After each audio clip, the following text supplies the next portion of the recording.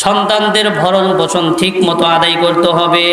আল্লাহর হাবিব বলেন, ক্বালান নাবিয়্যু সাল্লাল্লাহু আলাইহি ওয়াসাল্লাম কাফা বিল মারই কাযিবান আইয়ুদাইয়্যা মাইয়াকুত। আল্লাহর হাবিব বলেন, একজন মানুষ গুনাহগার হওয়ার জন্য এতটুকুই যথেষ্ট যে সে তার অধীনস্থদের রিজিক নষ্ট করে। অধীনস্থদের রিজিক নষ্ট করে।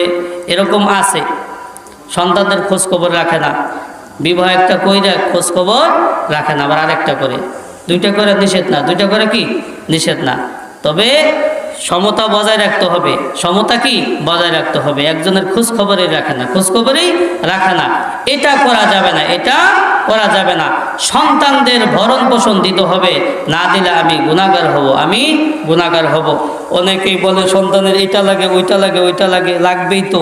আপনি খরচ করেন, নিয়তটা ভালো যদি থাকে তাহলে সব সদকায়ে জারিয়ার সওয়াব হয়ে যাবে। আল্লাহর হাবিব বলেন, ক্বালান নাবিয়্যু সাল্লাল্লাহু আলাইহি ওয়াসাল্লাম ক্বালান নাবিয়্যু সাল্লাল্লাহু আলাইহি ওয়াসাল্লাম ইন্নাল মুসলিমা ইযা আনফাকা আলা আহলিহি নাফাকাতান ওয়া হুয়া ইয়াহতাসিবুহা।